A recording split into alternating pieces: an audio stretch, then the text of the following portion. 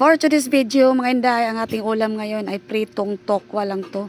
Lalagyan natin to ng pampalasa. Itong kinanaw-kanaw ko, ilalagay natin to para kahit papano may lasa tong tokwa natin mga inday.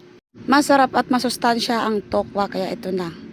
Kasama nating ulamin to sa aking pinaksiw na, ewan ko anong pangalan tong isda na to, basta pinaksiw ko lang, kamukha man to ng tilapia mga inday.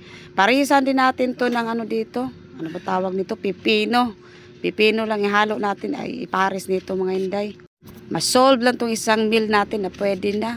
Konting kanin na lang kasi ang tokwa nakakabusog din ito. Parang rice din ito mga inday. Isda at tokwa pwede na. Makapanggulo na to sa ating mga tinae. Bisag dili ni mga lugaw niyong kikaon mga inday. May tokwa pa rin. Lami-lami man guni ang tokwa, labi na ato ni butangan og anghang-anghang, matamis-tamis, maalat-alat.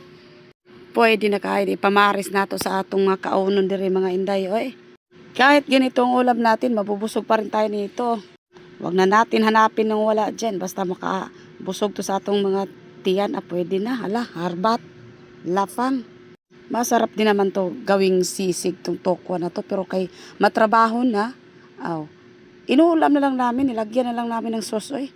Masarap-sarap na yan sa aming panlasa mga inday.